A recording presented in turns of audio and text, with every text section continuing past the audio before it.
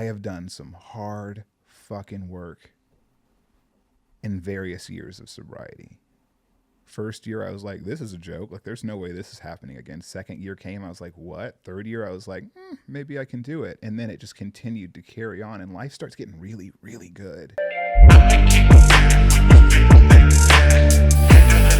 What is up, you guys? Welcome back to the #1 mental health and addiction podcast, the Hopeaholics. I am your girl, Natalie Eva Marie, and these are my boys. I'm Chad. Hi, I'm Shane. Make sure you guys like, subscribe, and follow us on our socials and wherever you get your podcasts. Got a new episode dropping every Monday and Thursday. Please come check it out. This episode is brought to you by the Infinity Group. You guys, if you or a loved one is suffering, please call us today. The number is right here on the screen. We are here for you 24/7. Now, let's get into the episode. Satch, welcome to the Hopeaholics podcast. Thank you for having me. Yeah, thanks. Honored to be here. Yeah, Super thank you. cool moment. Amazing.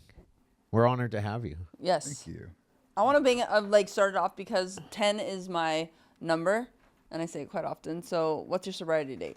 March 6th, 2015. So 10 years was this year. Amazing. Yeah. God is super good. Cool. Amen. All the time.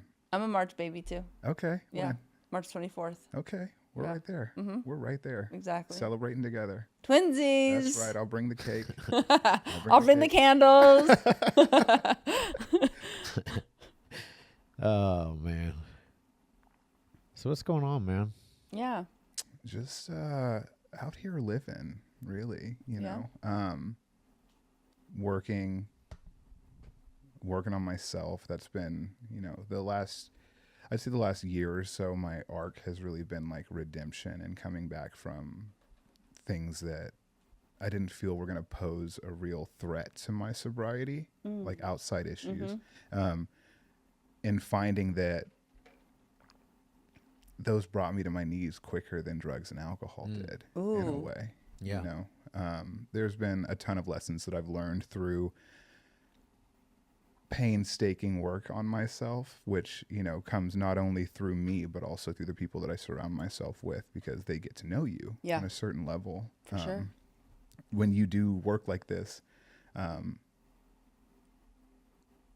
people that are around you start to see when things are heading left before you do, really. For sure, right? Absolutely. And you know, a big thing that I struggled with over the last, I struggled with it for a lot of my sobriety and a lot of my using, but was my eating disorder. And that ended up coming to a head in like September of last year. And my views around body image and my worthiness attached to that almost took my 10 years away from me, you know? And so a lot of what I've been doing has been working on myself and realizing that I'm worthy of not only the accolades that come through sobriety and growth, but like feeding myself, learning what a healthy habit looks like. Yeah. Because I would even get a high from not eating, you know what I mean? And it was just like, I would like latch onto anything that changed how I felt, Right. which goes back to like the alcoholism being multifaceted and not just related to drugs and alcohol. Because in the rooms for a long time, I was like, oh, I'm not an alcoholic. I just do everything in my power alcoholically, whether it's shopping, whether it's sex, whether it's, you know, anything that can flip that switch, I'm all in. I dive headfirst into it. And I wasn't realizing the damage that it was doing to me until... This episode is brought to you by Wolfpack Bags. This gear is meant for anybody gym, lifestyle, to anybody that's on the move. I mean, I like to say that us here and everybody that tunes in, we're not average. We're always a wolf. They have all the goods that you need, especially for anybody that is looking for a bag to carry their meal prep, a lunch pail, anything like that. They have you covered. So once again, go to wolfpack.com, use the code Hopeaholics, save 10%, and join the pack. It came to a point to where I was... You know, I'd lost 30 pounds in 30 days and I was doing a lot of things that I knew weren't good for me, but in my mind I was rationalizing it with, at least I'm still sober. Sure. Right? And it comes down to causes and conditions like they talk about in the book. Like what is underneath all of this? You know, where is that lack of worth coming from? Because me personally, I got sober for freedom.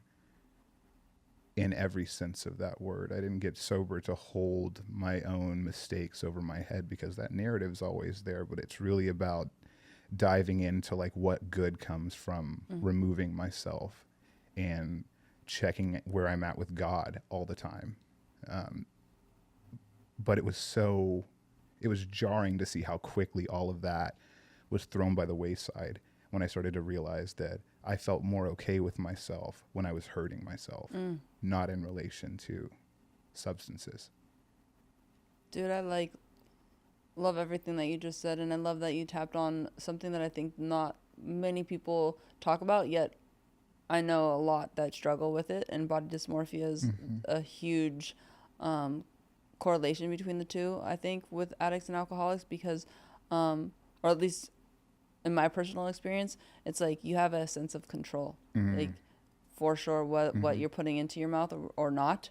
So it's like it gives you a kind of a little bit of a high by not feeding yourself. Oh, 100%. And it was so much more than the essence of having control of what I eat. It was when I felt like things were out of control everywhere else, that was one thing that I could count on and rely on, was my ability to change how I felt through that. And it wasn't, and it's also, not only is it not talked about, it's not talked about among men. For sure. I was just going to say that too. And like 25 to 40% of eating disorder diagnoses are held by men who will never seek treatment for it.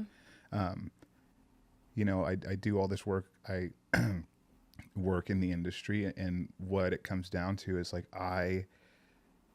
in October, went and checked myself into a 60-day eating disorder residential, went on FMLA. Thank God for my job for allowing me to do that. And then I did a 4-month PHP IOP program around eating disorders. And it's the hardest work I've ever done.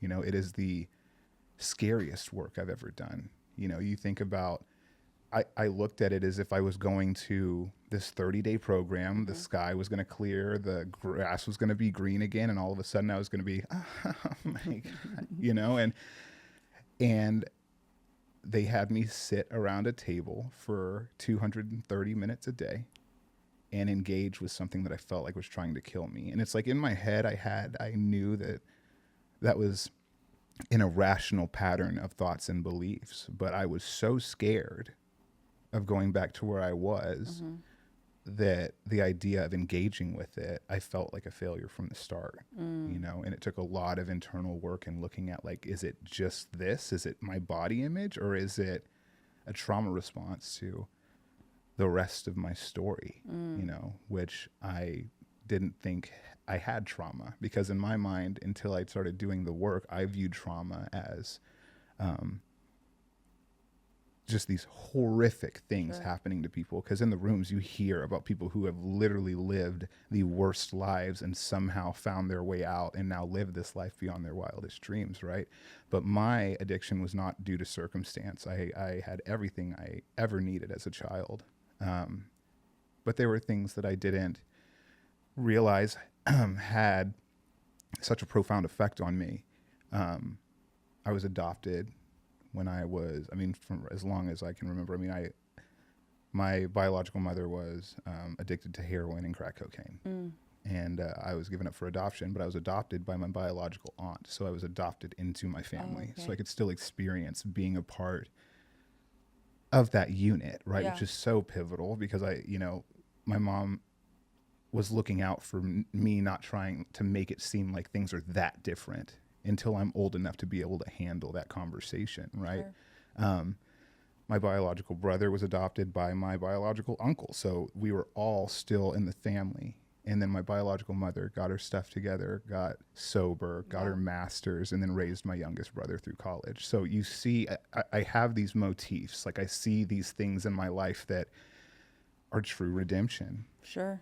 She was written off, and then she came back and showed herself that life is worth living. And then my brother got to have that normal family experience. And so I'm super grateful for that. But the trauma associated with that and where it led me was constantly questioning my worth and my value. And while, even though I kind of hit the jackpot with who I was adopted by, you know, Harvard law grad, everything I ever wanted, never had to worry about anything, I always wondered why I wasn't enough to fight for. You know, even though in some minds that could be an irrational thought pattern again, because I had everything, but I still wondered why, you know? And that has always been my pattern. You know, it's been why I couldn't trust men as a gay man in the rooms of Alcoholics Anonymous. It was why I always felt like I had to prove myself in the rooms of Alcoholics Anonymous, when the only way that proving myself meant anything was if I could stay sober, right? And I had shown myself that I knew how to destroy relationships. That wasn't a question. I had plenty of research on that. You know, I could write a master's thesis on how to fuck shit up, right? But what I didn't have was knowledge of how to make things work. And how to believe in myself, and how to have trust that things are going to be okay, and how to put trust in God, and how to put trust in another man. Because I had been an escort. Everything was so transactional, my entire use. And it was just like, why do you, like, what am I supposed to offer now? If I can't offer you sex or money, like, what am I good for? Right. And so reframing has been a huge thing. And I didn't even really think about reframing until I went to eating disorder treatment, because it was like, we're going to reframe that. And I was like, sitting there, like I asked him, I said, what is my diagnosis? You know, and she's like, why do you need to know that? And I said, because I'm in fucking treatment. What do you mean? I'm 35 years old, a professional in the field of helping people, and I want to know what's wrong with me. And she goes, what if you didn't? And I said, that what if shit isn't going to work here, because I'm asking you. So like, what if I asked you and you told me, right? And she wouldn't tell me the entire treatment episode. Nobody would tell me. I got put on behavior contracts for the wildest shit in there. I got caught doing push-ups on the side of my bed because I wasn't allowed to work out. I got caught doing air squats in the shower. Don't ask how they caught me doing that. Wow. This is good shit, man. And then You want to know why it's so good? Is because I know that you went in there with long-term sobriety, working in the field. Yeah. And we do this shit, man. And it was like so foreign, because I walk in and I feel like a newcomer. Right. You know, you walk into this room and I'm the newest person there. Thank God I was there. There were 2 other guys that were there with me. So I got to share my experience in the treatment episode with men, which was Nice. a prerequisite before I decided to go, because I had between 4 different facilities that specialize in eating disorders. I made my choice based on that. And it was healing. It was healing because for once I didn't feel that different. Yeah. You know, and walking in there with a head full of AA, almost 10 years of sobriety at that time, and then having to swallow the truth that I know nothing about myself in this arena was terrifying. Yeah. You know, because you stay in the rooms for long enough and people know you. Yeah. You know, people know your story. People know what makes you tick, what makes you sick, right? And what comes from that. I walked into this room and I couldn't feed myself. My stomach had stopped digesting food when I would attempt to eat, because I hadn't been doing it for so long. And so I had to sit here, look at a plate, and know that I wasn't going to eat it, but know that in order to get better, I had to. And so it was just like substances. It was like, you want to use, you don't want to get sober, but you're kind of thrown in this place where you get to make a choice here. What is the end result going to be? Am I going to lose my job? Am I going to lose everything that I've spent so long working on due to pride? Or am I going to rise? And it's like, it's a daily thing. It's not like I'm just cured, you know? I look at myself in the mirror sometimes and I'm still just like, reframe. You know what I mean? Reframing because, is you know, great though, man. It is. Once you realize that after you do it enough times that it becomes a working part of the mind. Yeah. Just like the program. Totally. You know, the first couple days where I was sitting there, you're beautiful, you're worthy of nourishment, you know, and I'm just like sitting there like, bruh, like you're so sure. full of shit, you know, and I was because, but I was doing the next indicated step because that was what was suggested to me, Yeah. and I had no insight or no clue, and I got a tattoo on my hand that says nourish, so that every time I'm picking up that fork, I realize that this is something that I need, and more importantly, it's something that I'm deserving of. For sure. Right. But I mean, even when I walked into the rooms, I didn't feel like I deserved sobriety. Yeah. The relationships I damaged, the people I stole from, the fucked up things that I did. Like, why do I deserve a chance at this when so many people who have been much better people than I have lost their fight with this? You know, I lost a sponsee last week, and it was, and you're not prepared for. Let me reword that. I'm going to speak for myself. I've lost 4 sponsees in sobriety, and they've all been they've all hurt in different ways. But the thing about this one is I took a step away from working with others for a little bit. And that was also where I saw the outside issues become more of a problem because I wasn't doing anything for that 12th step. There was no service work. There was me showing up to my home group once a week sometimes, you know, and they could tell when I wasn't there that things weren't good. Losing the sponsee, instead of retreating and pulling back like I usually do, I threw myself back into the work that I'm doing with the other guys. And I had one of the most powerful experiences a couple of days afterwards. And it reminded me of why I do what I do. Because I get to see a lot of beautiful things, and I get to see a lot of people who don't believe that they're worthy of the beautiful things that are yet to come for them. And I see it in them before they see it in themselves. And then I that heals me because that's me, right? Like not being able to see the worth internally, and it turning me away from even taking taking a shot at it or having the opportunity. My story before I got sober, I went to rehab 27 times before. Oh, shit. Yeah. Your boy was a career criminal, you know? Got me beat, man. It was Wow. It was crazy, you know. And I did all like the designer treatment. Like I'm not, Sure. I'm not going unless there's a private chef and I can see the pool from my room, you know. And and my mom finally got so sick of it after paying all this money out of pocket. She goes, "You're going in network," and I was like, "No," you know, just like convinced that I'm just going to be there with a bunch of crackheads. Yeah. And in reality, even at a nice place, I was with a bunch of crackheads. Yeah. Right? But that program saved my life, and it was the one that I had no faith in, you know. But before I got sober, in my last 36 hours of use, I was in a town in Texas called San Angelo, which is like an army town. There's a base or a Navy. Fuck, I'm so sorry. I don't know which one. It was one of them. And I was staying at a motel. And this was like, my mom was so pissed at me because she'd paid for a week of this motel because I was like, "Mom, I have nothing." We got kicked out. We were living with 2 people who were on the base. Oh, okay. And we found the listing on Craigslist, me and this dude who we left rehab together, you know, a match made in heaven. Totally. He ends up getting arrested 3 days in. And then I'm responsible for paying for this room by myself. And I'm like, oh, this is going to be great. Nothing wrong is going to happen here. Fast forward like 2 weeks later, I'm strung out on heroin working at an Allsup's gas station. And it's just like, this is what life is going to look like now.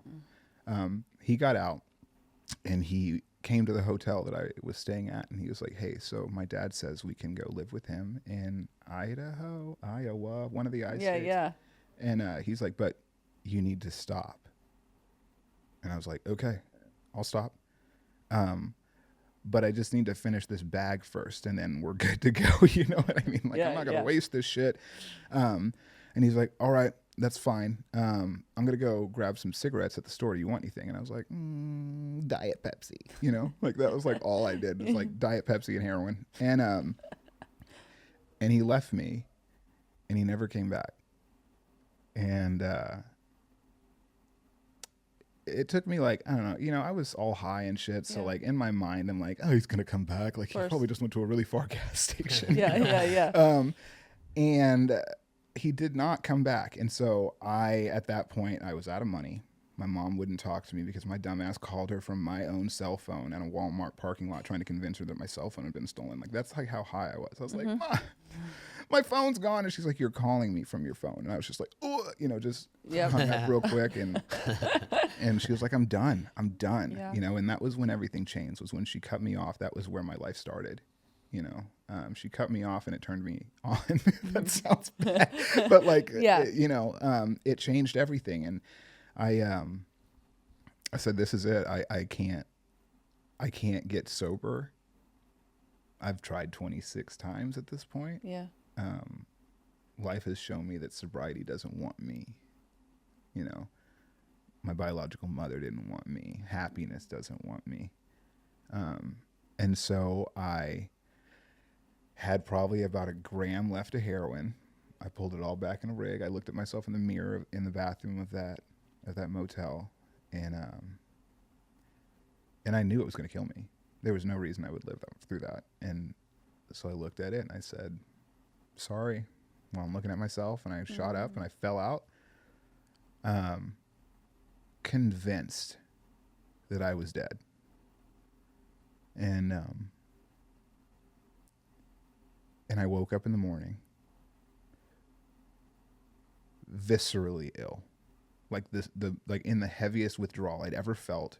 Usually when I'm using something like that much, it would take me a full day, half a day, full day to feel any sort of discomfort after that. I woke up so sick, and I was laying on the floor, and I still had the rig in my arm, and I looked over and I said,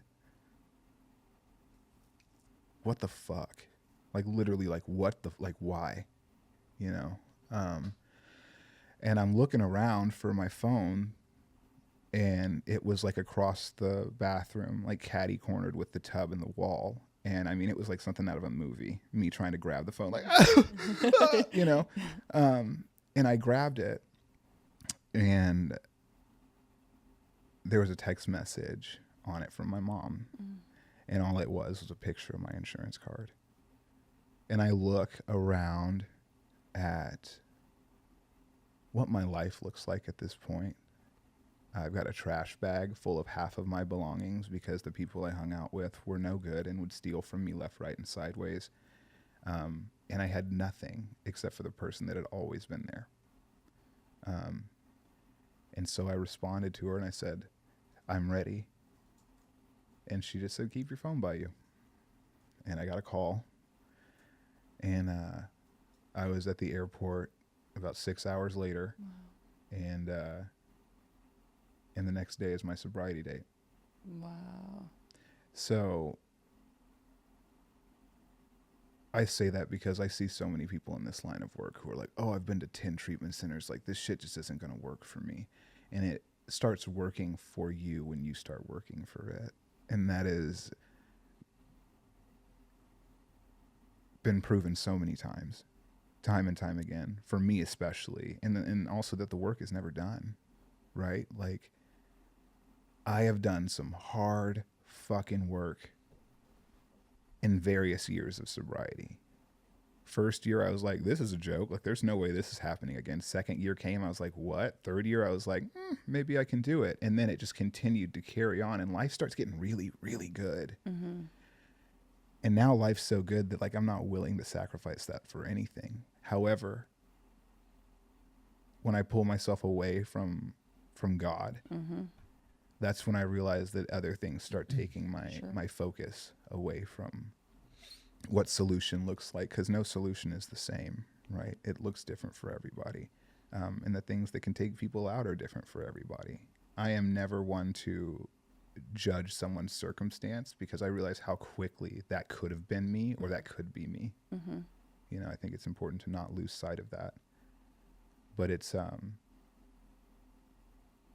wild what life looks like today, the things that I'm able to do. I mean, I'm sitting here on this podcast that I've seen forever, you know. My sponsor was a guest on here.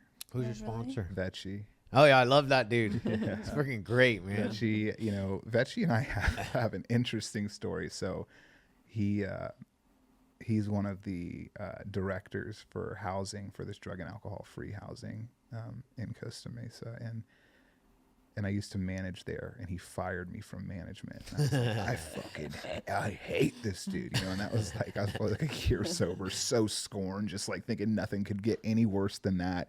And then around 3 years, it got real bad. You know, I was escorting, I was doing shit that did not align with where I wanted to be spiritually. You were doing that in sobriety. Yeah. We can do whatever we want in sobriety, know. as Trust me, long I've been there, done that. as So, long as we're yes. willing to suffer the consequences. See, that's Totally. the thing. That's the thing that people need to hear. That's the part they need to hear, because you can do whatever you want in sobriety if you're willing to suffer the consequences and not pick up. Because sometimes the not being able to suffer those consequences is a direct a direct result is that you get loaded because you can't handle the pain that you just caused yourself and others. Absolutely. It's typically the and others, because we can handle a lot of pain when it's just me, I'm hurting. But then what happens when like you're not used to causing pain like that to yourself like in a long time, and you reintroduce that? How strong are you? I mean, I got loaded. Right. I got loaded. I had 9 years, owned treatment centers, fucking stuck a needle in my arm because I couldn't handle the bullshit that I was doing, you know? And here I am. Redemption, man. I love that word. I mean, it's God my is good, theme, man. dude, because God shows up and He shows up. gives you an opportunity to really show yourself For sure. what you're worthy of, you know. But it's not like someone's just going to drop something in your lap. Like, it comes with causes and conditions, right? Like it took everything in me to ask that man to sponsor me because my pride and my ego were so involved, and I was just like, no, go get another sponsor that's just going to co-sign your bullshit and let you walk around in pain. And he has never let me do that. Everything comes down to my choice, right? Of course. But like, I asked him, I said, if I don't change something, I will get loaded. I need your help, like, please. And without hesitation, that man said, let's get to work. And, you know, I was the double S. I was the step slut. You know, your boy was like running around to different sponsors, like, what are you going to do for me? What are you going to do? Yeah. And he's like, I'm not going to do anything for you. You're going to do it for yourself, but I'm going to help you walk in sobriety as a man. And I was just like, damn, he must have a good sponsor too. like, what are you what are you saying? You know, and that man taught me how to love life again. Yeah. I mean, he is like an older brother to me. I'm not going to say father because he'll roast me for that. He's only like 10 years older. Right, He's right, not like right. my dad. Yeah, Like, yeah, you yeah, know, yeah. Like a big brother. He's family. Yeah. And he really has shown himself to me in ways that are so much deeper than when he was the director over there, because I saw him through one lens, and then I got the opportunity and the blessing to see him through another. And he has walked with me through every single struggle that I have had, and he has handled it with grace and humility. And I have not always been the one who's asking for grace and humility. I have not been the easiest person to work for or work with. You know what I mean? Yeah.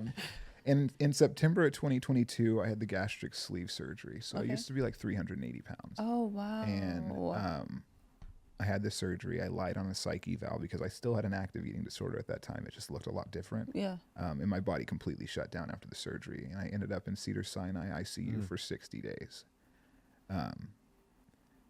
And he was the first person to call me and be like, your eating disorder is going to kill you. And I was like, what are you talking about? I'm going to be thin. I'm going to be, you know, this is going to change everything. And I think that me being in a bigger body was what the problem was, but me being in my body was the problem. Right. You know?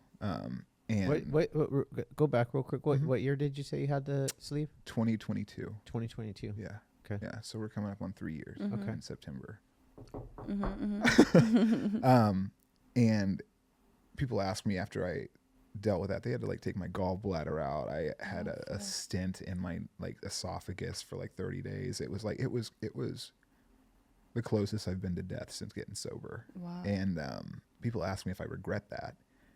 I regret not being honest about certain things around it, but I don't regret the surgery for a minute. I sit here and tell people all the time, because I'm a member of a bunch of support groups online for it, because a lot of people don't know what to expect. For sure. And I say I would go through every ounce of pain that I went through 10 times over again to feel how I feel now after doing the work on myself around it. Because it's made it so that I can do things that I never thought possible. I'm in the gym like an animal. I've seen you, man. I try, dude, and it's like the relationship that I have with fitness now is what keeps me going. You know, and I get to go and I get to work out with my sponsor, when before I couldn't even do a fucking push-up for him. You know what I mean? And now it's like he's like, hey, have you lifted today? Yes, I have. Have you? But I'll go again, you know? Yeah. And so I really need to tap into what recovery looks like as well, not just in the personal sense, but also in the physical sense, because I will go because I like how it makes me feel. Yeah. And there have been times where I've dropped barbells because I'm blacking out because I wasn't feeding myself adequately and all this stuff. And the people I was with are getting scared. They're like, this is what you're putting your body through. Like, imagine, like, what if something goes wrong and we're here and we have to witness that, you know, like, think about that this is affecting more than just you, you know? And it was just like, don't put Goggins on while you're at the gym, bro. Man, listen, I'm the dude who's like listening to, like, you know, doing 315 back squat while I'm listening to fucking like like not heavy rock. Like I'm talking like John Mayer type shit. The amount of people that I've had who are like, are you really listening to this right now? And I was like, yeah, you know. A lot of guys are like, fuck heavy metal, right? Oh yeah. I'm gangster rap when I'm under the squat rack. You know, sometimes I'm even throwing a little pop in there. You know, Dude, I'm all over the place. I could see you listening to pop. I do a variety, depending on the mood, depending on where I'm at. Yeah, sometimes she does a daily theme, you know, like like a WWE entrance. She does that every day of her life. Let's not even get started on Every WWE, day, because like honey, it's I something will different. go ham about that. Like, I was the guy watching WWE when it was WWE. Oh, yes. Me too. You Yep. know? Yep. And when the Attitude Era, when people right. were like actually bleeding, I was like, ah, you know, like Yeah. And when people would fight outside because you told them you- it was fake, like, fuck you. Shit's real. did you see Shawn Michaels bleeding? Right. You know, Yeah. like, Yeah.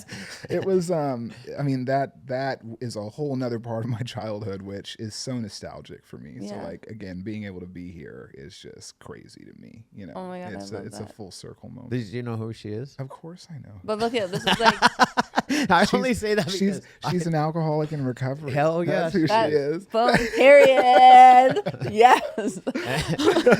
But look at, like, that's the thing, is like, that's why God is amazing, because you have two individuals, three, all of us sitting across from the table, but we're all one and the same. Mm-hmm. And that was like what was the hardest thing for me, was realizing that people were going to shower me with love and acceptance, or they weren't, and it was okay if they didn't. You know, realizing that was not a definition of who I am as a person. Sure. That it did not mean that I was not worthy of that attention. And also being able to go to the rooms of Alcoholics Anonymous in any state, any country, and feel Crazy, huh? like a part of is just so profound. I know people tell me they go to AA meetings in different countries where they don't even speak the same language in their home. I want to do that someday. I know. I haven't haven't gone done to that. a country where they don't speak English and gone to a meeting. I haven't either, but I hear that I have a lot of friends who have, and it's such an experience, you know. And I'm like, okay, so that's goals, Yeah. you know. But for now, I just want to continue to be a good person and live a life that I know that I'm worthy of, after surviving all the crap that I've like put myself through, you know. And it all came down to like me needing to be liked, like that psychological need for acceptance and affection. Because if you didn't like me, I didn't like me. Totally. You know, because I felt, well, fuck, if they don't like me, then what do I have to offer? How am I going to sit with myself if like I feel ill at ease about how the community or the world sees me? And in reality, like other people's opinions of me are none of my fucking At all. business. none of my business. And the sooner I was able to like really dive into that and what that means for me, that's when everything changed. You know, and there are still moments where somebody will, in the dating world, not view me as what they are looking for.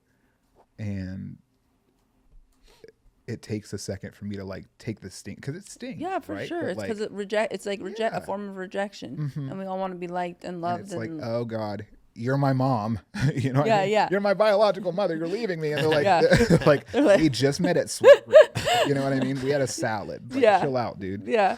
And then my instant response, sorry, I'm an alcoholic, and I just like, like, sorry, I can't. I have this problem where everything is, and like, that doesn't, and that doesn't help. They're right? like, dude, it's not always about you. All Calm right, down. I have an Amex Gold. You know what I mean? And I'm just like, I have a secured credit card. Like, it's just levels to it. Yeah. Levels. Yeah. Oh Man, we all have that same fucking insanity, man. Every single one of us. It just looks different. It does. But it's all the same. It's all the same. It's all the same. It's all the same. I feel everything that you feel, man. Good to know, dude, because I'm over here thinking I'm on an island. Yeah, all the time, right? Yeah, with us. Lonely island. Nah, that's the thing. I'm always feeling like I'm on that lonely island too, man. And we're I'm not. like, That's what's like wild. what's that cool we're really about it not. is like we can just like, how many other people just sit around and are like, man, I think I texted Al the other day. I said I feel really fat and old today. Yeah. Like that's how I like. You know what I'm saying? Like we have those days of like. And I'm not looking for like a compliment. I'm like, I'm telling you this so This that is you where I'm know. at. Yeah. Yeah. Like Yeah. I'm not feeling it today. I'm not feeling fucking on my A game. Yeah. And sometimes you're on your A game and it's great, right? Life's 100%. good because we're working our recovery. But it's I like love this. those days. It's like this. One of my best friends is in long-term sobriety.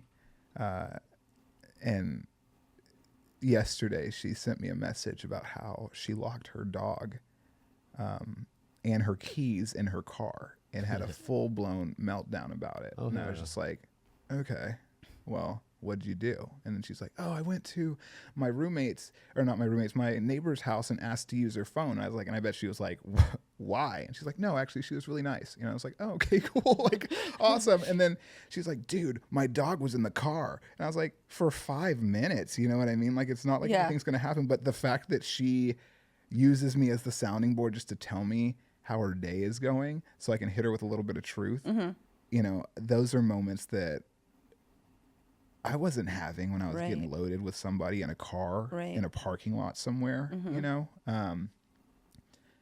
No. And that's like, that's just like no one would text me that, No.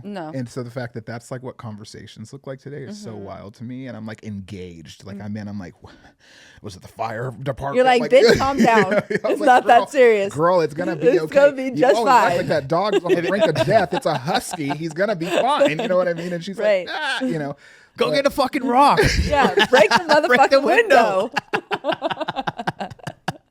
And then you're like, just kidding. And they're already breaking the window. Does CrossFit. She would have picked up a big ass rock and just thrown it right through the window. I literally. It was also a rental car, so it's like. I feel like I literally understand can it. guess who this is, but because I know some of your friends.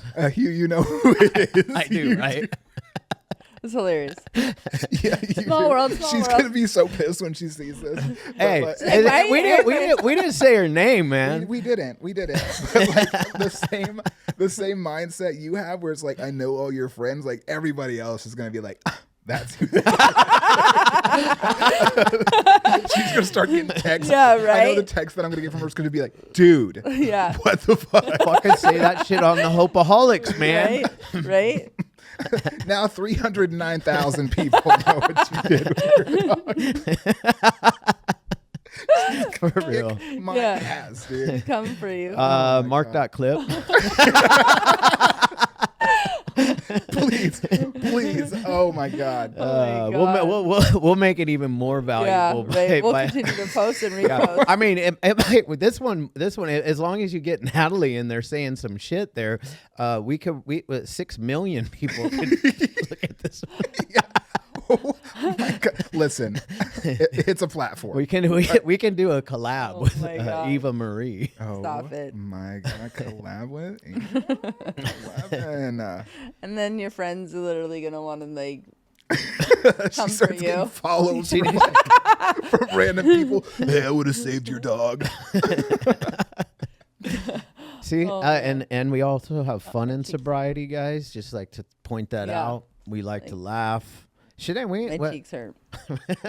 That's funny you said that. My filler is starting to migrate. Like, hold on, Liz, Calm down, guys. Too much facial expressions, okay? That just cost me Chill, $500. chill. keep it up. Yeah. Here. I'm just gonna be like this for the rest of the oh man. Oh my God. That's some funny shit. Yeah, that was good. How fucked up are we, man? A lot, really Very. bad. Very. But thank God.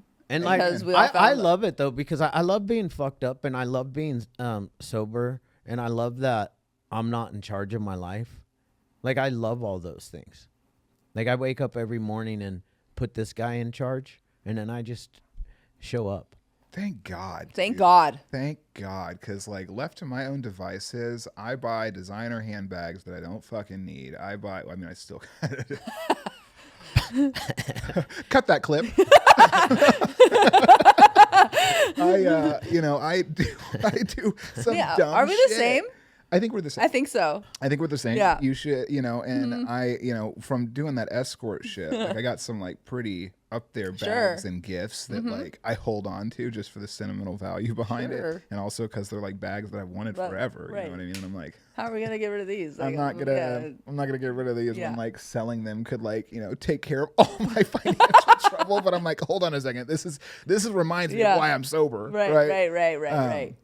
But what it comes down to is it's like I need to make sure that I keep that 12th step at the forefront, Yeah. because the work that I've been doing over the past I'd say the past month or so, Sure. diving back into that has like lit my soul up again. Mm-hmm. Nice. And that's God. Like that isn't me. Like we were talking about that like before we started. Yeah. Like that's not me. Left to my own devices, I'm a liar. I'm a cheater. Totally.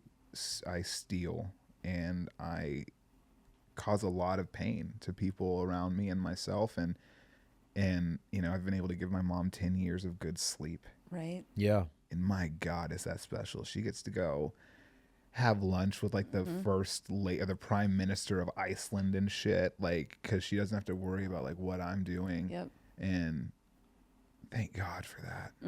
Thank God. I want to ask you a question, Mm-hmm. because I really enjoyed when you talked about your last day getting loaded. I want to know the same thing about the last day when the feelings came up before you went to the eating disorder program, because there's something there, and I want people to know that, like, too, that you can be sober and get to that point Oh, for sure. and not get loaded. Yeah. Yeah, absolutely. Because the big thing is like we need to ask for help, because we can't do this alone. Yeah. I want to know what that day was like for you. Good question. Thank you for that. Yeah. I'm gonna try not to get emotional. So We like them. Yeah. Let it out, baby. so I was in the parking lot on 17th Street in Costa Mesa, right where that Starbucks Yep, is, I know and that exactly where you're Nothing at. But Cakes. Yep. right Yeah, there in that I parking love lot. those. And I was on the phone with Vecchi.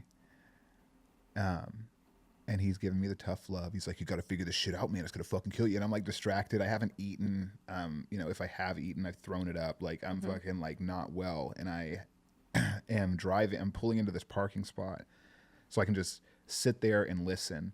And I drive and I keep going and I crash the side of my car into like one of those like big cement like cylinders that holds like a light the big. Oh yeah, I know exactly what you're talking about. I hear and I'm like still just driving forward and I'm like, I know that wasn't a good sound, right? And so I like put it in park, back up, and you hear that like of the bumper just come.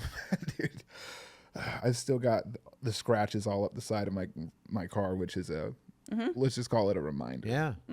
And I just remember sitting there we had some words, and he's like, "This is happening," and I was like, "Okay," and I hung up the phone. I put the car in park, and I sat there, and I just cried because it was the last. This was like the last bit of control that I felt that I had. And another one of my best friends, Noah,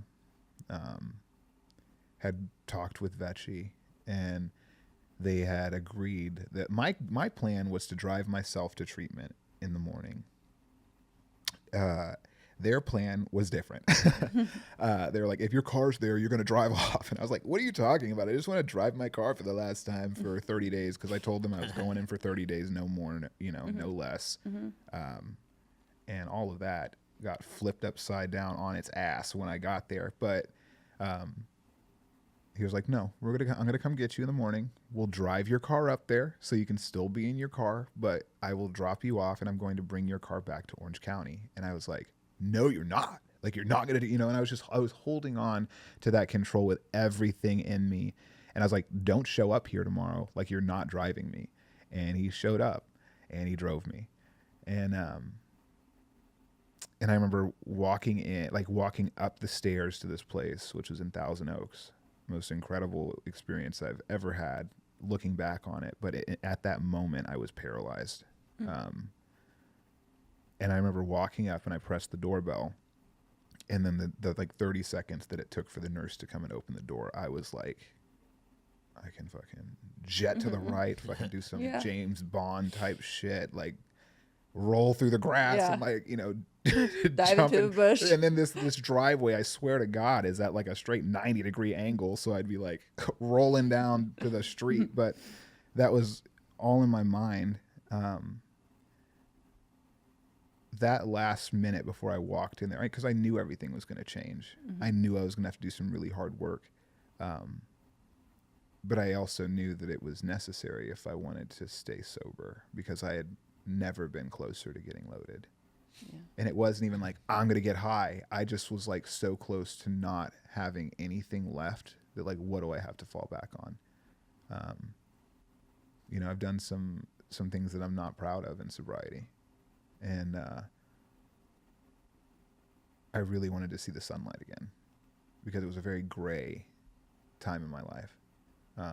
But the support that I was shown by my roommate, my mom, bless her heart, because like I left, when I finished res, I left and I went to my mom's house for the holidays.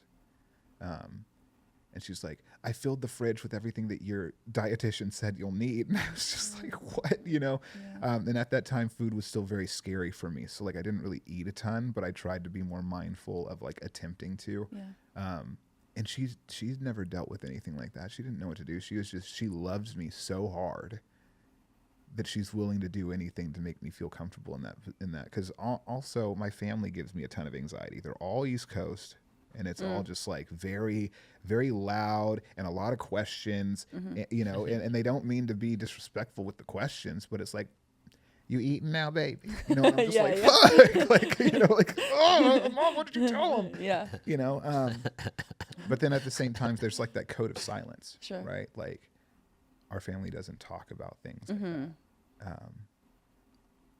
All the times I was in treatment, like they only knew of a couple of times, but like I went several times and they didn't know about it.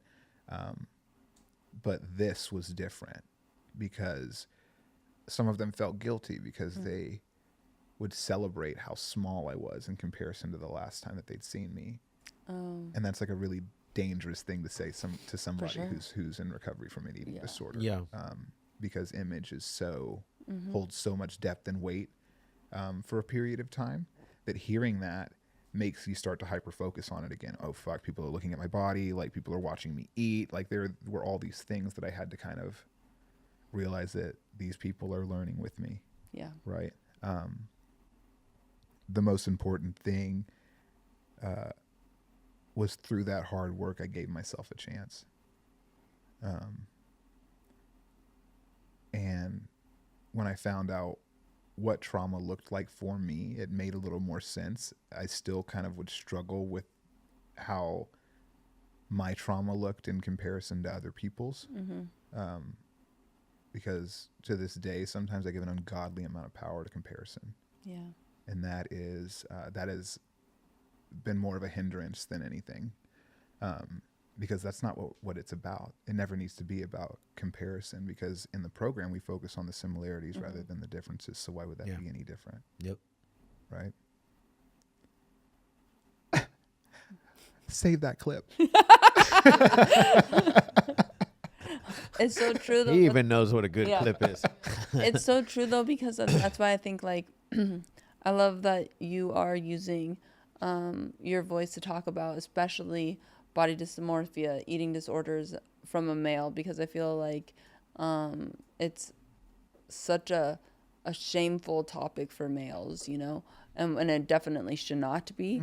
And it's so important that you continue to share your story and where you're at and how you got to where you are today, because it's for sure going to help some other male out there that's struggling just the same. Because I think sobriety is, not only is it obviously a beautiful thing, but because life is life and things do happen, sometimes we go through and do things in sobriety that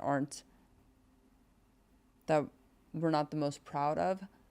And usually something has to bring us back to that horrible pain to go and make some type of change.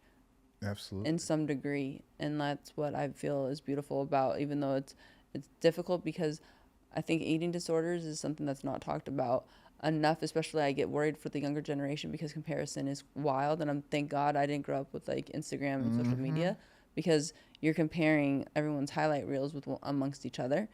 So it's not like comparing to the Joneses that are next door. It's literally the entire world. And that's a scary place, because you have all the things from like filters to the fixing this and fixing that, which is fine. I'm like, to each your own, it's great. But when you're also like a adolescent and super young, it's a slippery slope. It's damaging. I'm fucking 40 years old and I'm like, You are not 40 years old. almost 41, bitch. Honey, what the You know? fuck? That is crazy. Okay, I love You're you. like, I love "Oh, you. I love you even more. Who is We're this best friends. 56-year-old girl over here leading this podcast? You know? Like, Oh my God. that's what it is, because it's a very damaging place. For sure. And that's what sucks. But that's the goal for me, is to create a platform for men to be able to For speak sure. about things like that and feel supported, seen, and safe. Totally. Right? Like the 3 S's, man. Yes. Like that's And you're not the alone. goal. That's the You're not goal. on an island by yourself. And I'm noticing that, because the men that I was in treatment with, I developed a very strong bond with them over just that, you know, because I was thinking like, because when I went to my outpatient program, I was the only guy there for 3.5 of the 4 months that I was there. Wow, really? And so it was like, Damn. oh God, like no one's really understanding Sure. like my viewpoint. Exactly. You know? Your perspective, Yeah, like my coming from a male perspective, lens. they're like, okay, very different, like, totally. whatever. But then, you know, 2 weeks before I left, an 18-year-old Wow. boy, man, he's like my son. Yeah, so I yeah, gotta say that. yeah. But he came in, and it was so powerful. Yeah. To see the experience that I had with him, For just sure. speaking with him and being able to kind of listen to his thoughts around it and what he struggled with and how he struggled and why he struggled. And I was super grateful for that, like right before I closed out, because it reiterated like my thoughts and my viewpoint of it. Like, there needs to be somebody out there who's advocating for men. For sure. And I know that there are a couple of influencers who do it. But like, I also want it to tie in sobriety Totally. as well, and what that looks like, and the strength that it takes to be able to tackle that, knowing that if you were to lose the other thing, it makes it a lot harder to deal with that thing. For sure. You know? And like they all have correlation amongst one another with to me at least, because I'm easily able to like put one addiction down and pick up another, whether it's good, bad, or indifferent. And so it's like, you know, I tried to say the even keel amongst all things, because one more so than the other is just as bad spiritually, you know, and it all comes back to that. But I think food is a big one, and why I keep going back to it is because you need food to survive. Yeah. You need food to live. And like this morning I was actually reading one of the scriptures, and it was talking about the body, and the body is a temple, and we have a disconnect with like your food and stomach, right? And like what it's supposed to kind of the whole purpose of it. So sometimes we overindulge or overconsume and all the things, and it's like, damn, you know,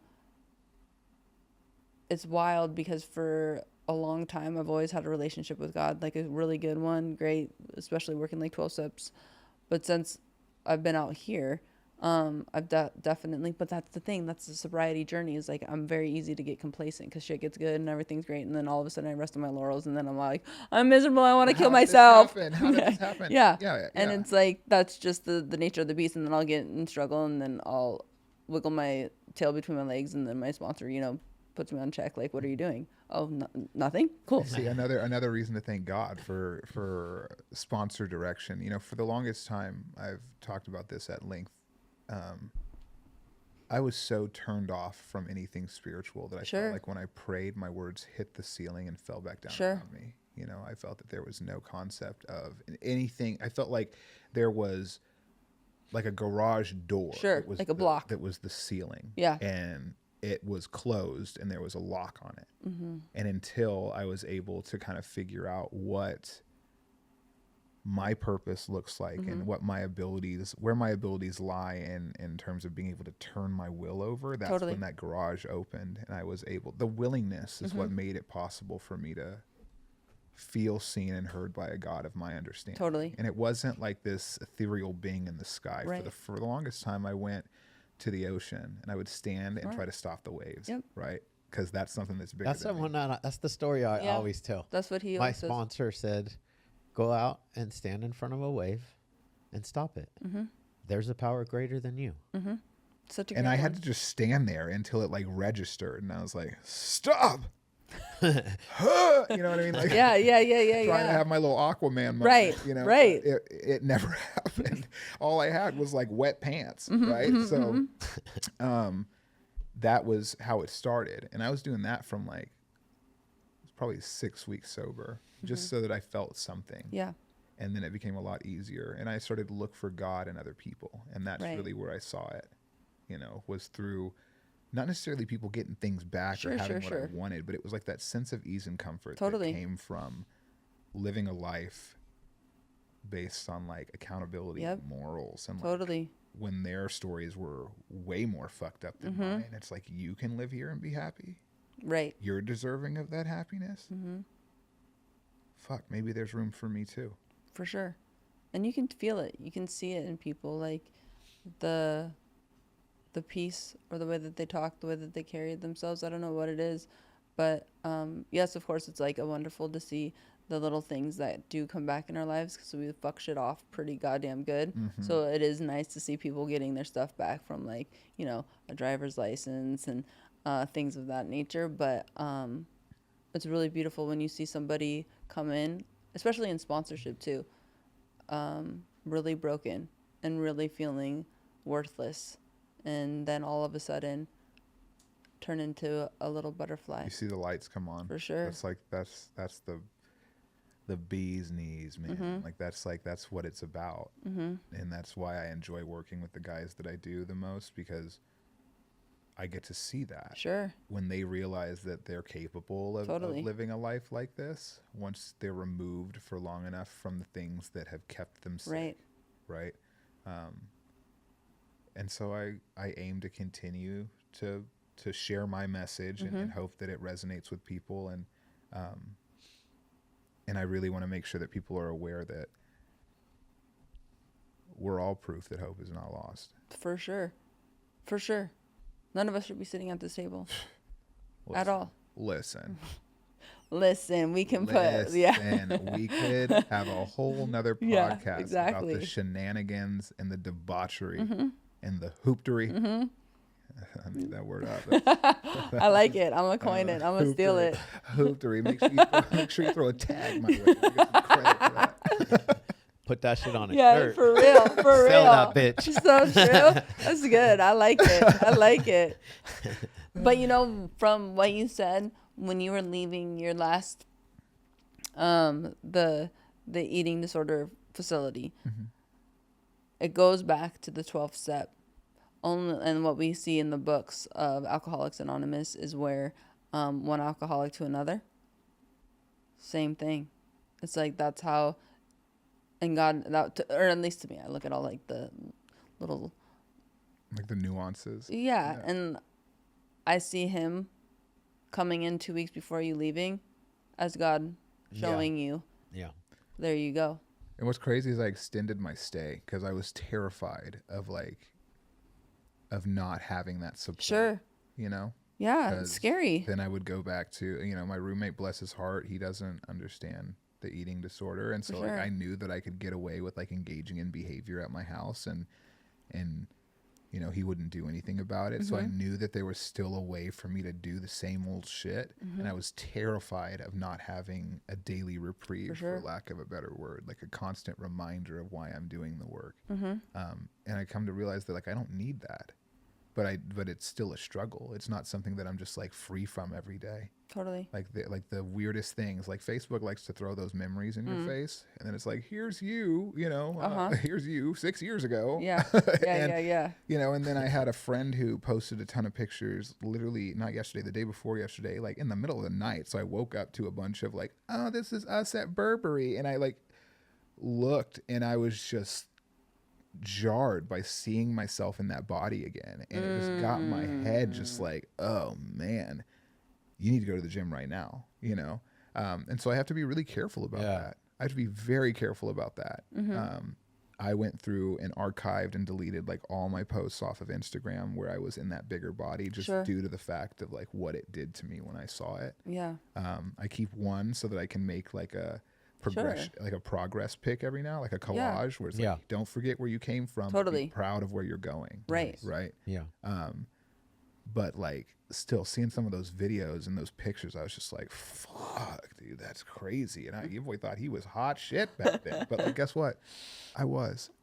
Yes. And realizing that I'm deserving of For affection and love and acceptance no matter what body I'm in is the narrative that I need to stick to. Because if I forget history, I'm doomed to repeat it. 100%. And that's something that I have to remember, because it's real quick for me to be feeling myself, looking at myself in the gym, and I'm just and I just forget. I forget about that guy. Yeah. And I forget about how much he hurt. But also I forgot about all the good things that man did that led me to where I am now, because I'm the same person. For sure. Same person, same illness, different body. And that's that's it. And That's it. That's it. That's why the work never ends. Never. Nope. I thought at one point we have a it daily did. reprieve, man, and it's same thing for all of it. It's because alcohol, eating disorder, sex, Gambling. shopping. It's See, I can still go shopping. I can still go buy something and feel fucking dope, and then be pissed fucking later. oh yeah, that's bro, for sure. I go through you did it not that long. Yeah, I know. Here's the thing. I never feel pissed though. I'm not pissed. I never feel pissed. I'm like, oh, Satch, you deserve that. And then I'm like, where'd all that money come from? You should, but I have this whole rack of clothes in my closet that I've never fucking worn. I want a leather jacket in the summer, okay? Oh, Not just a leather jacket. well, but you be I tell you, traveling. Who knows? You could. Yeah, you That's might- what I said. you It might was just be- an emotional moment. You Alaska. You See might what be I'm in saying? Alaska. Where is it cold right now? Not here. Australia. So it's Australia. You never know. I mean, hey, listen, progress, not perfection, it could baby. be, listen, it's probably 90 degrees today. I go to my home group is a fire pit meeting tonight, and it doesn't matter if it's 90 degrees. I get cold the minute the sun goes down. I'm sitting there talking to my friend. I turn to the right and I look at him and he goes, "You're cold, huh?" And I'm like, Yeah, I'm kind of cold. He's like, well, he's like, why don't you bring a jacket? You say this every week. Yeah. Every week. And I'm just like, but the outfit's cute. I don't want to cover it with a jacket. Right. You know, he's like, well, then get a cute jacket. And I was like, get a cute jacket. Let's do it. then there we go. We're back. We're back to it. at it. Yeah. Absolutely. Let me ask you a question. Because I struggle a little bit with, I've always struggled a little bit with body dysmorphia. I've struggled with. Stop it. Don't say a little bit. A lot of it over come here. on, Chad. That's a lot of it over Come here. on, Chad. We being honest over here. Struggle with that shit. Yeah. Stop trying to downplay it. God. I'll be here we struggling. know. I'll be Yeah. struggling with that Yeah. shit. I'll be struggling with that shit. And disorderly eating for sure. For sure.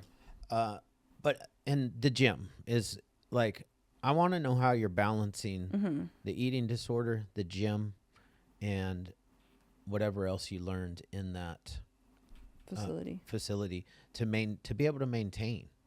Because Healthily. yes, If that's even a word. put that one on a shirt.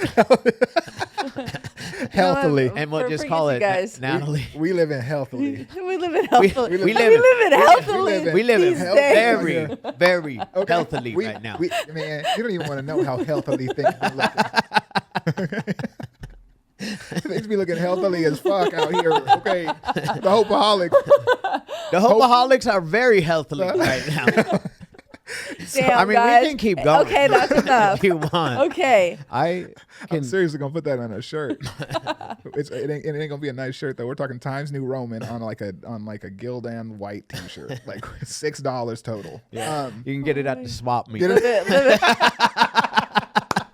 Damn. Get it at the swap Played. meet right next to the churros and the Dooney and Burke purses.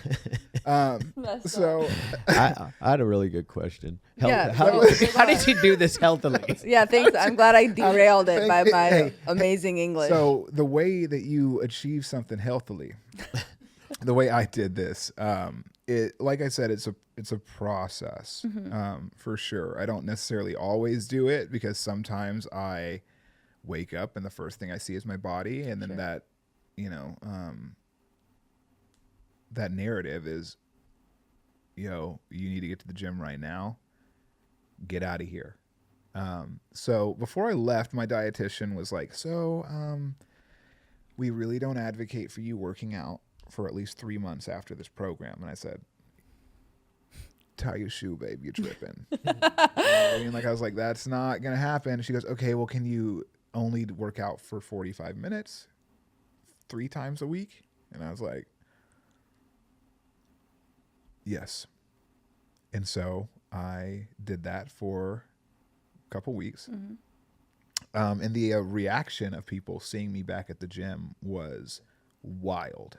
They were like, what the fuck are you doing there? You're so sick and you really don't even know it, And so there was a lot of backlash that I got because people realized how important my body image is to me. Yeah.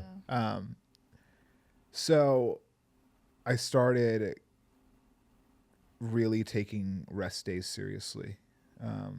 I do legs on Wednesdays and Sundays, and I will take the day off following regardless, no matter what. Regardless of if I feel like I should just go in and hit something else, I will not. I might do an active rest day. I'll go walk or something like that. Yeah.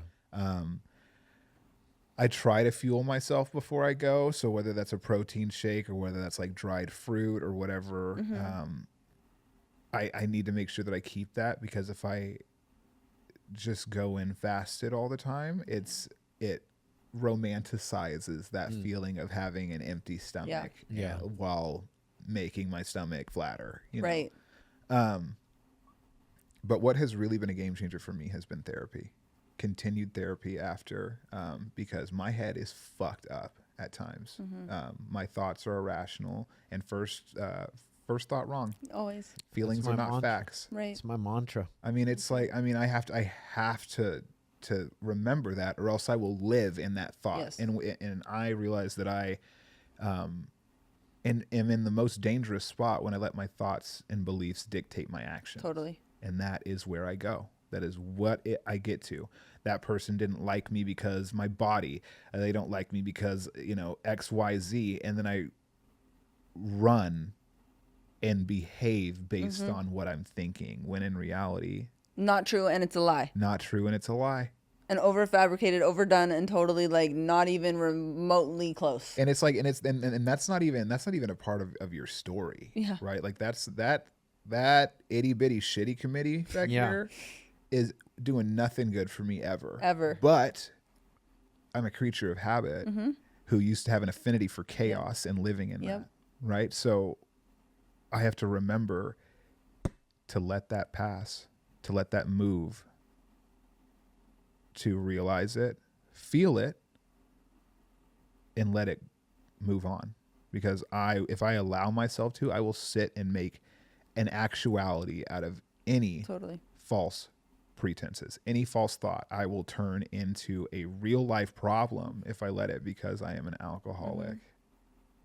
And that's it at the end of the day. That's why, because I have the ism. And it's like I need so badly to have and want to sustain freedom from that. Yeah. Because I have these examples of how good life is when I'm free from that.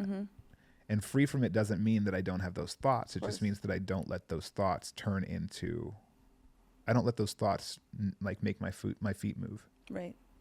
God, I feel like I could have said that better. I don't let those thoughts make my feet move, but you get the Mark point. that one. Oh God, I thought I was in control of that.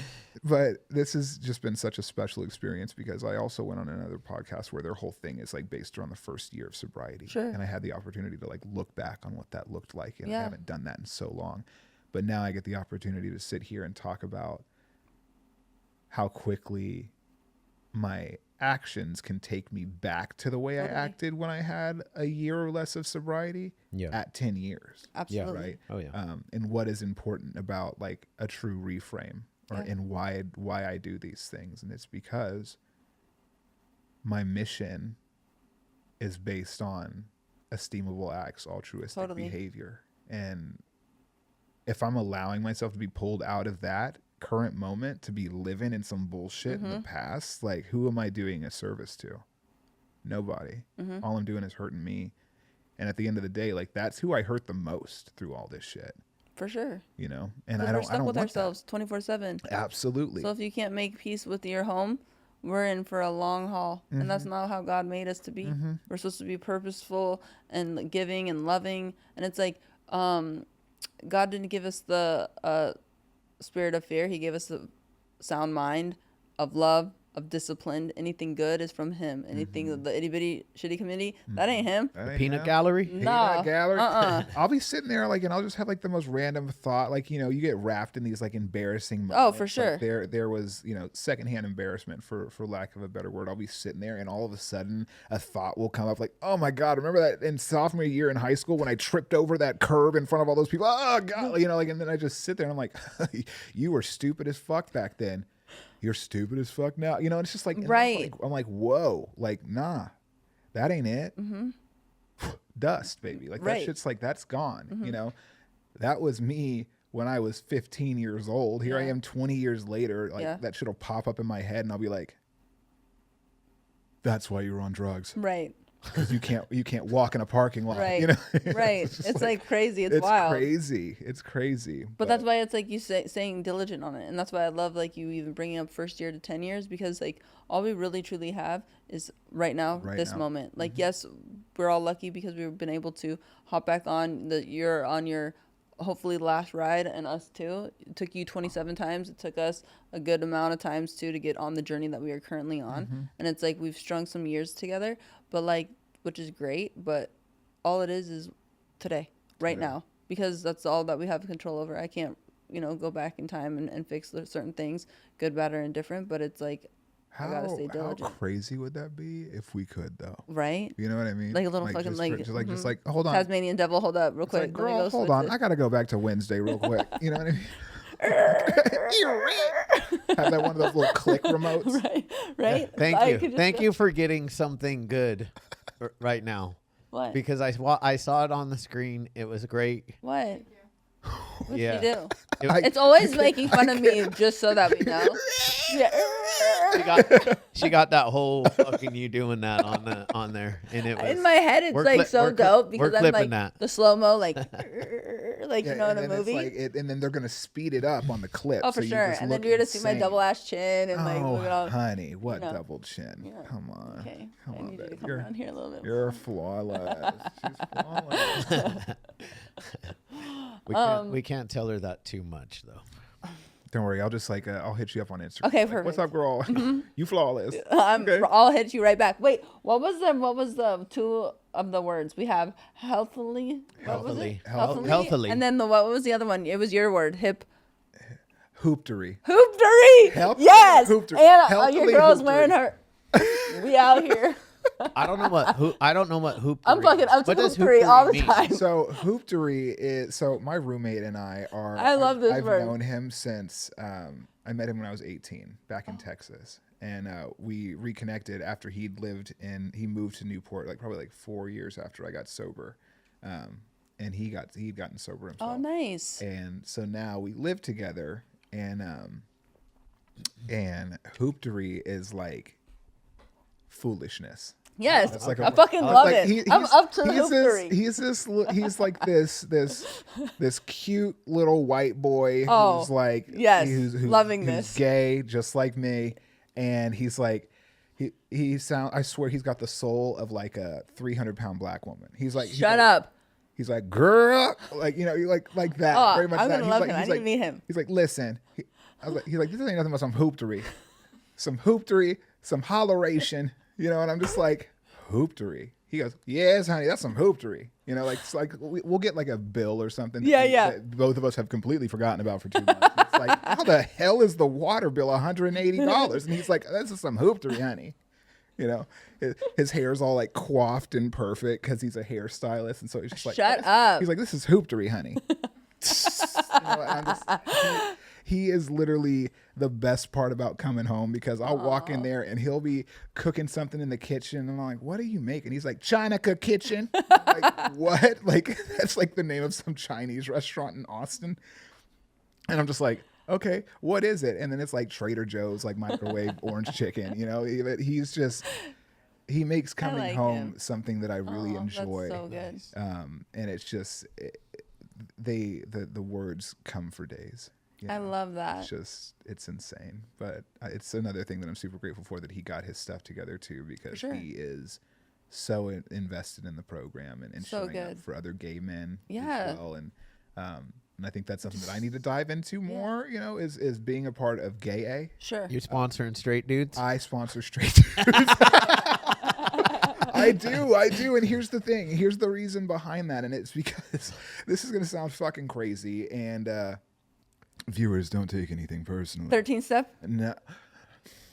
No, not like that. not like that. It's just like, I'm afraid of walking into the rooms and seeing somebody that I have hooked up with, and then having that uncomfortable dynamic there. Because everything sexually for me is so transactional. Totally. Up until, even recently, you know what I mean? So I don't want someone to like feel like I'm taking away their anonymity by walking in there, even though it's the gay community. Everybody done slept with everybody anyway. But you know what I mean? But that's my toxic trait, is like, oh no, I'm gonna walk into this room and 60 motherfuckers are gonna be, that bitch is here. what is he doing here? And all 60 of them hook up with. And then all 60 leave. all 60 of them are just like, you did too. Let's put them in a trash can and roll them down the street. And look, you know what I mean? Like, super irrational. But it's all comedy aside. It is important though, with every single person like having like their own little boundaries and stuff that works for them. But also too, I know a lot of people that, like women especially, and some men, that have like hooked up with people that are in meetings and then stopped going to the meetings, and it's like no, exactly. And it's that's like not that could be their safe space until something like that happens. And so, but also another thing about it is that the housing component that I went through was filled with, because it was attached to an outpatient program that was filled with empowered men. The whole treatment model was like working out in addiction education. Yeah. Right. And so like I got comfortable being around a ton of straight men who didn't treat me like there was anything different about me. Which is dope, And by the so way. like I would go the couple times I'd gone to LGBTQ meetings, I felt that it was like hyper focusing on that, when what that did was that pulled me away from the solution a little bit, because then I started focusing on, oh, okay, he's gay, so that means I can sleep with him. Right. You know what I mean? So the reason that I stay around my group is because I found solution in a room full of alcoholics. And that's all that matters. They taught me how not to pick up dope and how to be a good person. And I'm not saying that another room full of gay alcoholics could do the same thing for me, but I do not think that my mind would be in the same space. I get that. And that's just me being 100% open and authentic about it. If people want to drag me through the comments for it, like, pull up. Pull up. My Instagram is linked below, so come find me. You know what I mean? We can have a conversation.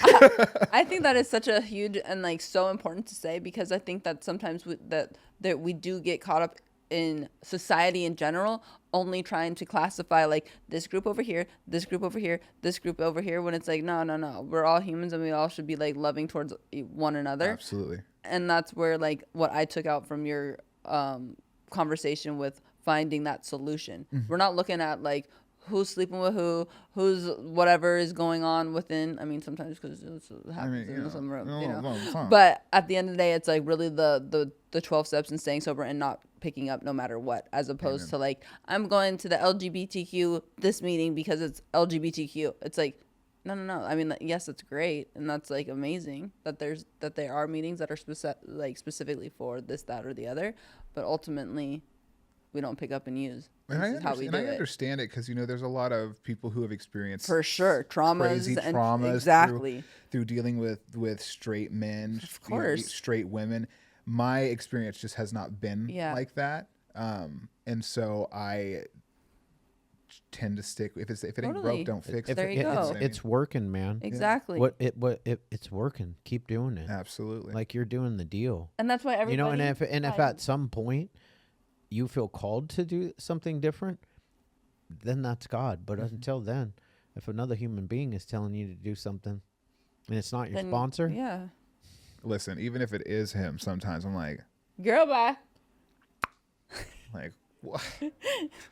What? And then like I'll come to him like a couple months later and be like, remember that thing you said? Yeah, me like, too. I should have done it. I did that to my sponsor all the time. His response is always the same. He's just like, You know, he never passes judgment, and that's what I love so much about him. We joke around a lot, and he can bust my balls, right? But like, the dude loves me, man. Yeah, and it's unconditional, and that is something that I hold so close. And like, people don't necessarily know that when they see us together, because the way we interact is like he talks shit with the best of them, you know what I mean? But his message is incredibly powerful, and I mean, you both know that because he was on here, and it was crazy. Yeah, one of his clips went viral. He's incredible. Yeah, he is a man of his word, a solid man of recovery, and I thank God every day for him, even though he doesn't think that I do, because half the time I'm like, you're just picking on me because of that, you know. But what it comes down to is like, there are very few men in my life that I will listen to 100%. And he is one of them, you know. So I'm very, very grateful for that man. And don't use that clip, because if he sees that shit, I'll never hear the end of it. I wanted to ask you, like, I have one like last question, and it's from my list right here, but I'm gonna twist it a little bit. What will you say to somebody out there that's suffering? Not a person, another man that's suffering, especially with an eating disorder right now, and especially maybe they're in sobriety and they're struggling and they're hurting. What would you say to them? I would say, think about the work you've done. What does life look like? What do you want life to look like? What do you feel like you need in order for life to look like that? And I don't want it to be geared towards like anything monetary, anything material. What does a successful man in recovery look like for you on the inside? and realize that it's possible to get there. But the work you're about to do is scary. You're going to feel like it's not working. There are going to be times where you feel like you're failing. But failure only results when you quit trying. I was terrified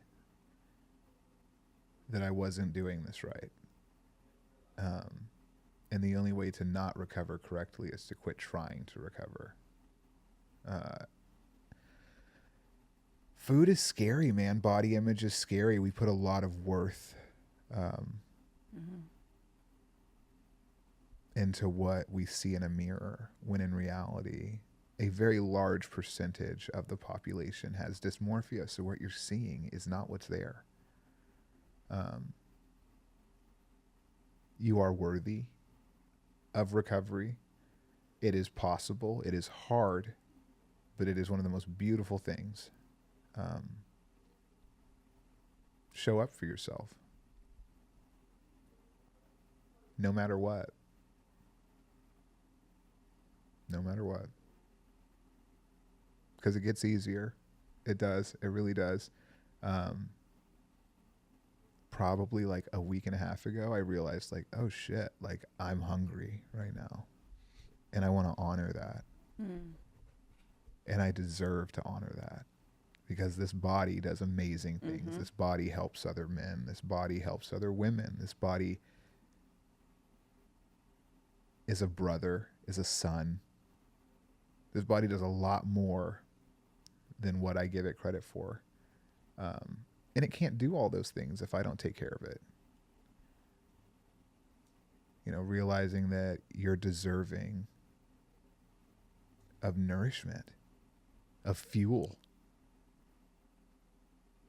You know, I when I was in residential, one of my good friends now, I would see him at meal times. He would eat everything.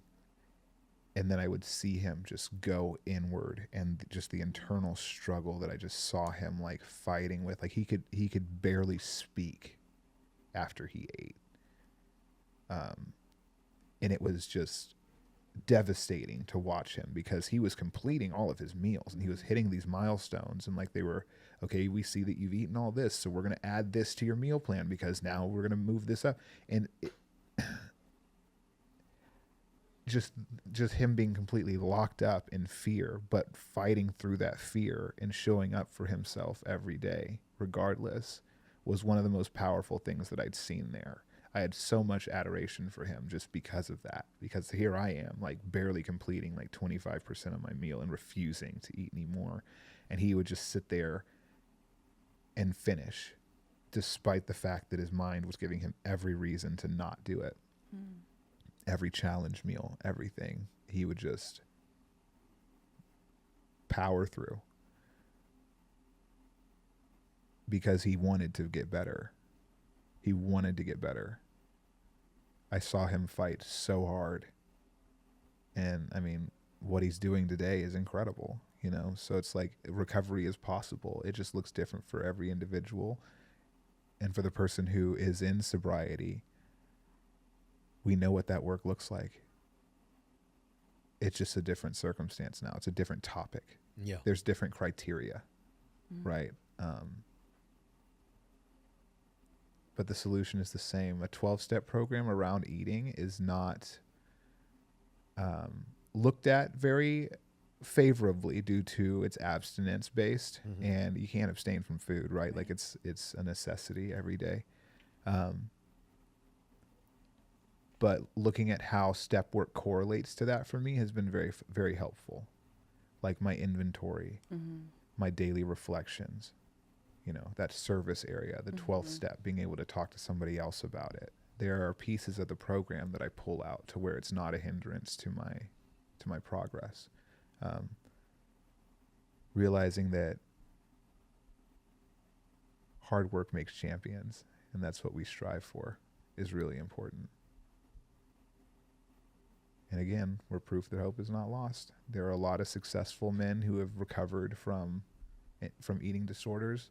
I'm on my way. I'm not going to sit here and say I'm recovered, because it's a daily struggle, but it looks a lot easier than it did in October. I'll say that much. Nice. Beautiful. That's a good answer. You're the shit. That was a good answer. It was a long. It was a long answer, but you like answered every little piece, because I had another question that popped up, and then you answered it, and I was like, Natalie, how are we going to tell him that I came in here and looked at his iPad?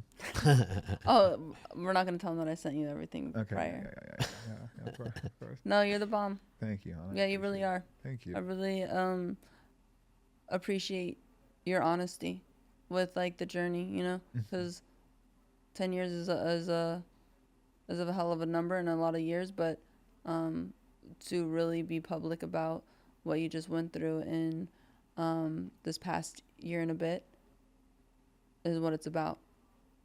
And with you, probably not, maybe you do, but when we talk about it, we were talking about it yesterday. It's like our secrets is what keeps us sick.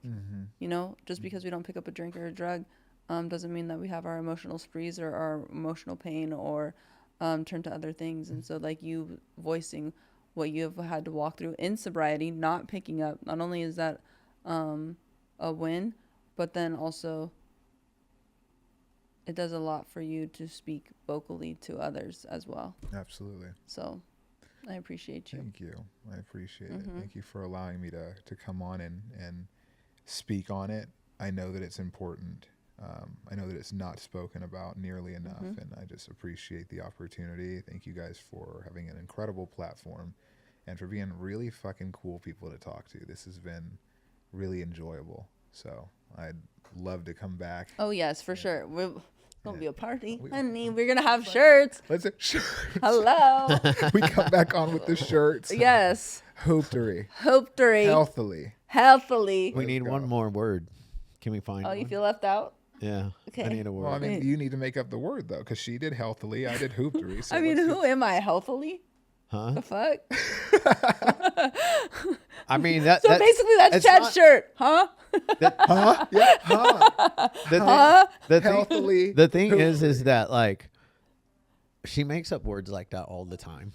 Like all the fucking time. So you guys should have a lot more shirts as well. Period, sis. A lot more shirts. Start fucking bringing I need to say- Nem fashion back. Oh, wait, what did I say? And Oh, my we're gosh. Wait, what did I say Nem the other fashion day? is just going to be words that For sure. fake words. Nemisms. Made up nem Oh! Nemisms. Hello, Nemisms. nemisms. nemisms. That's everything. I'm here for it. Nemisms. Yeah, thank you, man, for coming. Yes, in. thank you Thank so you much. for having me, guys. I appreciate it.